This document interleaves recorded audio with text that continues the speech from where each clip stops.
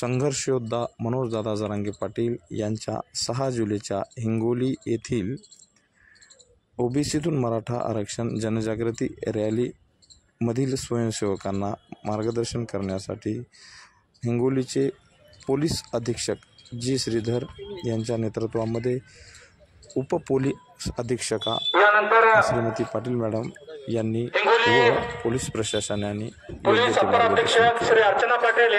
प्रसंगी सर्व पोलीस व प्रचंड संख्येने समाज बांधव व स्वयंसेवक उपस्थित होते। मराठा आरक्षणातील अपडेट जाणून घेण्यासाठी SMS महाराष्ट्र चॅनलला सबस्क्राईब करा। धन्यवाद। स्वागत करावं, पुष्पगुच्छ देऊ।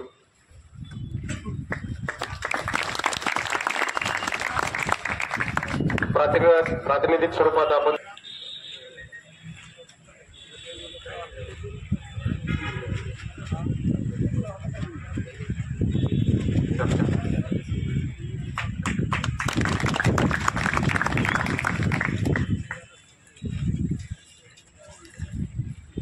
यानंतर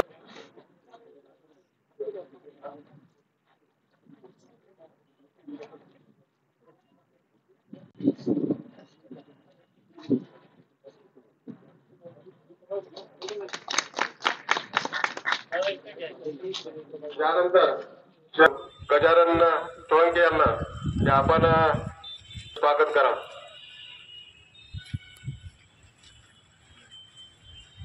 या ठिकाणी उपस्थित सर्वच वरिष्ठ पोलीस अधिकाऱ्यांचं जिल्हा